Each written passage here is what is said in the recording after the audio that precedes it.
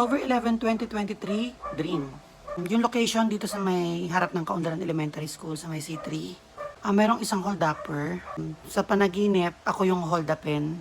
Nagsa-cellphone daw ako. Ngayon, merong isang lalaki na lumapit. Yung lalaki, may itsura. Ang edad niya ay mga 19 to 22 years old. Tapos naka-orange siya na t-shirt. Tapos nung hold up niya ako, nakuha niya yung bag ko.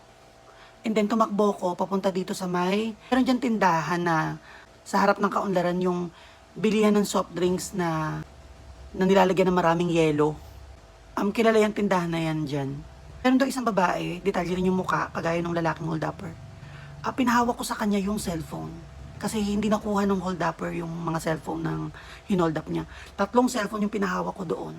Nung tinago siya ng babae, umalik yung na-hold up doon sa kung saan siya na-hold up. Andun yung lalaki, hinihintay pa rin siya. Ngayon tinanong niya kung bakit, anong